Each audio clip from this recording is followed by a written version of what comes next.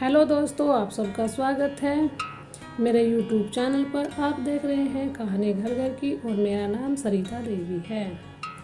Friends, आशा का part 2 आपको सुना रही हूँ।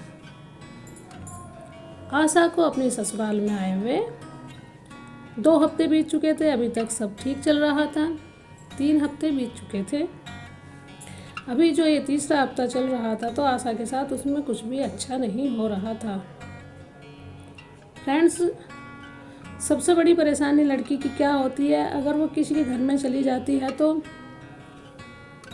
कोई भी उस पर इतनी जल्दी विश्वास नहीं करता। फिर उसके साथ गैरों की तरह ही बर्ताव किया जाता है। अगर वो अपनी ससुराल में है, शायद विश्वास नहीं करता, इसीलिए उसकी जो सास हैं कल्याणी और उनकी जो जेठानी है पद्मा और उनके पति का नाम अंकित है। और आशा को ये सब कुछ बिल्कुल भी अच्छा नहीं लगता। जो उसका जो पति था अंकित, वह उसके इर्द गिर्द मंडराता रहता है। आशा एक दिन बोलती है, आप मेरे आसपास क्यों घूमते रहते हो, मुझे बिल्कुल भी अच्छा नहीं लगता। अंकित कहने लगा है, मेरी आपके साथ शादी हुई है और आपको मेरे साथ रहना पड़ेगा। तभी जो है उनकी सास कहती है, ठीक है, मैं आज आपकी सुलह करवा देती हूँ, आपको आज के बाद इसी कमरे में रहना होगा।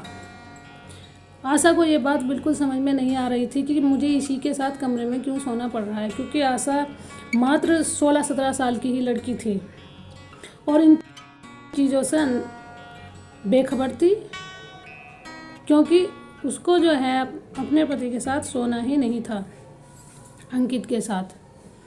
अंकित भी इस बात को, वह कई बार उसके साथ रहने के लिए इधर उधर मंडराता रहता है, कई बार उसके साथ ज़बरदस्ती करने की कोशिश करता है, क्योंकि अब जो आशा थी वह काफ़ी लंबी थी और तकड़ी भी थी, इसलिए वह उसके बस में या काबू में नहीं आती थी। जल्दी से उसके जो है छीना झपटी में उसको 2-4 हाथ पड़ जाते थे। ये चीज़ उस अंकित को बिल्कुल भी अच्छी नहीं लगी। अंकित को गुस्सा आ गया और एक दिन उसने मौका पाते ही गेट बंद कर लिया और उसके साथ ज़बरदस्ती उसके बाल पकड़ लिए थे। और आशा ने, गुस्सा आया हुआ था आशा को, क्योंकि उसने उस पर अचानक से हमला किया था, तो उसने उसको गिरबान पकड़कर छोड़ा नहीं और कई बार दोनों में बहुत ज़्यादा लड़ाई हो गई है। इतने सुनते ही उनकी सास जो है, इतने सुनते ही कल्याणी आ गई थी और कल्याणी ने उनसे कहा, बहुत हो गया आशा, अब ये सब चीज़ नहीं चलेगी, आपको इसी कमरे में सोना होगा और इसी के साथ एडजस्ट करना होगा। उस वक्त आशा कुछ नहीं बोली। उसने बड़े प्यार से अपनी जेठानी जो पद्मा थी उनसे पूछा, क्यों दीदी, मैं आपके पास क्यों नहीं सो सकती। तब उसकी जो जेठानी थी वो अभी तक उसके साथ सही रह रही थी, उसको कोई परेशानी दिख नहीं रही थी। लेकिन जैसे ही उनकी सास कल्याणी जी ने उनसे कहा कि तुम्हें इसी जगह रहना है, इसी कमरे में रहना है और तुम्हें एक साथ मिलकर रहना होगा, तो उसी रात उन्होंने उसको अंकित के कमरे में ही सुला दिया। अभी जो है आशा को बिल्कुल भी ये पसंद नहीं आ रहा था कि मैं इस कमरे में क्यों सोऊं, और उसकी बिल्कुल कुछ भी समझ में नहीं आ रहा था, क्योंकि जेठानी ने उसको वहाँ लाकर छोड़ गई और कहा, अब जब तुम दोनों को इस कमरे में ही रहना है और यहाँ से ही तुम्हारा सोना होगा और उठना। उसके साथ फिर अंकित ने ज़बरदस्ती करने की कोशिश की और यही करते ही आशा को बहुत ज़्यादा गुस्सा आ गया। वह ना तो खुद सोई और ना ही उसको सोने दिया। उसने उसकी उसी रात इतने अच्छे से पिटाई की और दोनों में लात घूंसे होते रहे और एक कोने में बैठकर पूरी रात उसने गुजार दी। तभी सुबह के समय कल्याणी जी आई और वह खुश होकर बोली कि चलो अब आपको काम करना होगा। लेकिन उसने तो वहाँ कुछ ऐसा देखा कि उसको बिल्कुल भी बर्दाश्त नहीं हो रहा था।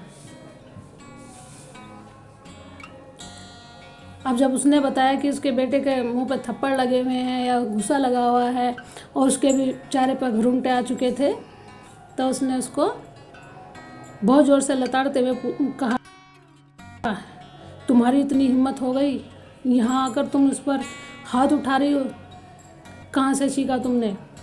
उसने कहा कि इसने मेरे साथ ज़बरदस्ती मुझे छेड़ने की कोशिश की और मुझे बिल्कुल भी पसंद नहीं था, इसलिए मैंने इनको 2 लाफे लगा दिए।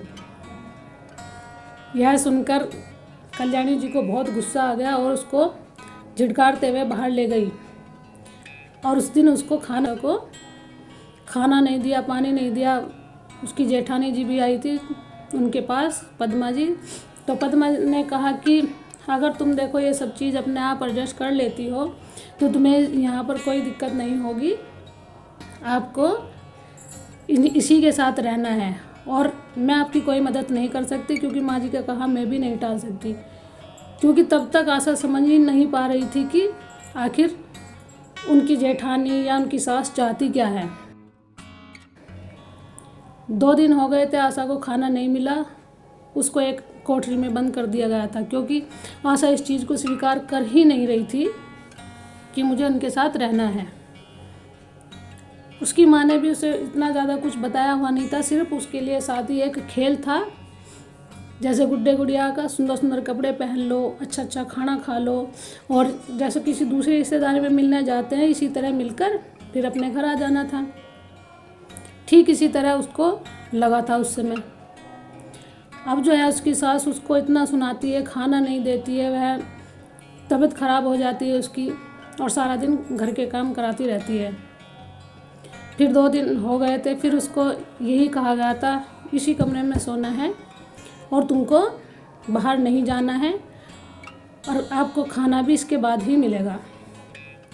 अब आशा इधर उधर जाए तो सबने अपने कमरे के गेट बंद कर लिए थे, बाकी सिर्फ एक ही कमरे का गेट खुला था जहाँ अंकित रहता था। अब अंकित को उस चीज़ का बहुत गुस्सा आ रहा था। वहाँ गई, सर्दी हो रही थी, ठंड बहुत थी, तो जाकर एक कोने में बैठ गई और वहीं पर सारी रात बैठने का इरादा था। या तो फिर ये सोच लीजिए कि अगर उसका पति अंकित चाहता था कि उससे अच्छे संबंध बनाए या उससे अच्छे से प्यार से मनाए, उसको अपने पास लेटने की इजाज़त दे। ये ज़रूरी नहीं होता फ्रेंड्स की हर चीज़ अपनी मर्ज़ी से ही करनी चाहिए।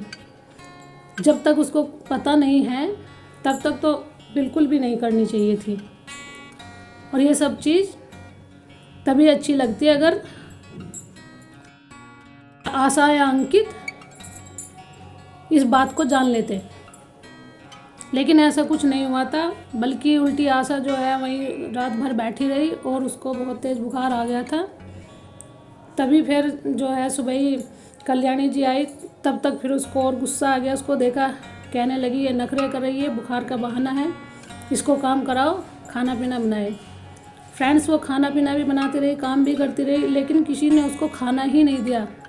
जैसे उसके लिए खाने के लिए थाली लगाई तो उसी समय जो है कल्याणी जी ने उठा ली, जैसे वो लुकमा अपनी तरफ को करने लगी थी।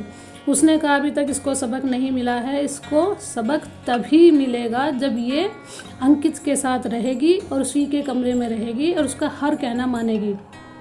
अब आशा एक सच्ची लड़की थी, इतनी आसान नहीं था उसके लिए ये सब कुछ एक्सेप्ट करना। वह ये जान ही नहीं पा रही थी कि वो चाह क्या रहे हैं। उसकी तबीयत बहुत ज़्यादा बिगड़ती जा रही थी। फ्रेंड्स अभी मैं आपको 3rd पार्ट में बताऊंगी। कि नमस्ते, bye bye, thanks for watching, bye.